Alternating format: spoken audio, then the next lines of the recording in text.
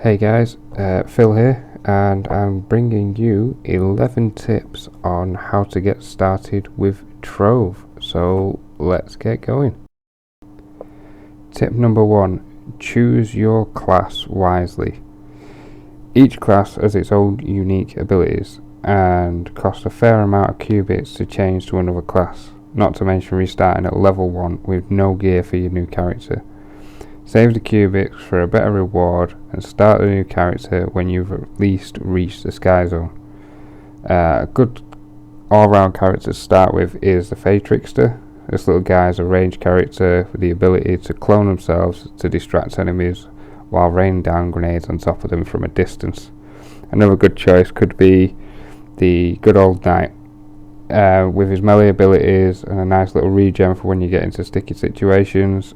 Take a moment to read all the information about each and every class before deciding on which one's right for you. On to tip number 2. Demolish your home and build a unique one. At the beginning of the game, when everyone's fighting for a plot, flooding the starting area with generic houses, the best way to set aside your house is to demolish it and build a new one. You can get used to the building controls and make your house stand out from the distance quite easily this way. To enter building mode, you just tap the tab button and hey presto, you turn invisible and you're now equipped with a badass mining laser. Press left click to place blocks on the ground and right click to break them down. Might get confusing when you break certain blocks and get a completely random different colour. For example, the grey blocks in the centre of the clubland trees being yellow when you break them. Doesn't make sense, but yeah. The only blocks you can't collect are those around dungeons, obviously, because that's just cheating, and what's the point in somebody planning out hundreds and hundreds of blocks if you usually just come along and smash them up, eh? Tip number 3. This one's quite simple. Explore biomes. Exploring different biomes means it's a different area, it's got different mobs, and different mobs drop different crafting items. You'll need all these items to craft certain items in your crafting tables, not to mention making said crafting tables. So mount up, go find some new bad guys to pound on, and get those crafting materials. Tip number 4. Gather all the ore that you see. Ore's a huge part of crafting and upgrading your weapons in Trove. You can't carry too much of the stuff, at least I haven't seen any evidence of this, and I've got over 6,000 green blocks in one slot at the moment, so it makes me think there's no stack limit on any of the items. Or easy to spot since they stick out like a sore thumb. Every other block's smooth and kinda shiny, ores are patterned and start off purple. Just jump into build mode by hitting the tab and blast away at those bad boys with your laser. Number 5. Farming dungeons. Farming dungeons in Trove, is pretty simple. Just take a quick look at your map. You see the castles? Yeah, just run over and beat on the bad guys you see there. You get a challenge to complete while you're there, as indicated just below your main quest line. Kill the main mob at the bottom, and a treasure chest drops with 2 pieces of gear, and you can get 3 if it's a large dungeon. These are indicated by larger castles on the map, believe it or not. Why farm? Because flux, that's why. All the gear that you get is broken down into flux, and the best part is you get to save the look of your gear. You can make your new gear look like the older gear that you had, and you don't like that big spider clinging to your face? Well, that's fine. Make it look better by changing it into a gentlemanly moustache. Tip number 6. Join a club. Just like having a lot of chocolate on your biscuit? Yeah, I went there. Clubs are a great part of Trove. You get awesome island for your friends to build your own fort on. You can also port yourself to any player that's in the club at any time.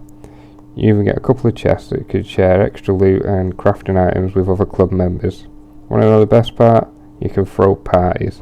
Invite the whole of Trove to check out your club's sweet ass island and prove to everybody that spending 6 hours in game chopping down that huge tree in the middle was totally worth it. Seriously, it is worth it, right? Tip number 7. Buy a new mount. You get a mount as soon as you start in Trove. You just hit Z and you instantly hop on your trusty mule. I call it a steady steed, but you know. Anyway, all those cubits could buy a new mount. Instead of buying a new character, save it to buy a new mount, like a raptor, and you know, those insanely fast toys from when your parents were still young, space hoppers. No, seriously, those are just awesome. Not only do you look cool, but you get around almost twice as fast than your regular donkey. Tip number 8. Look out for gear with extra jumps. Speaking of get around faster, get gear with extra jumps. It's not a priority, but it helps so much to travel around quicker. Having 6 jumps beats 2 any day. Just remember that when you're looking at gear, to always add the 2 that you always get. Jen got a little obsessed with her jump gear. She's got over 16 jumps on her character. It's safe to say, there's not many places she can't get to easily.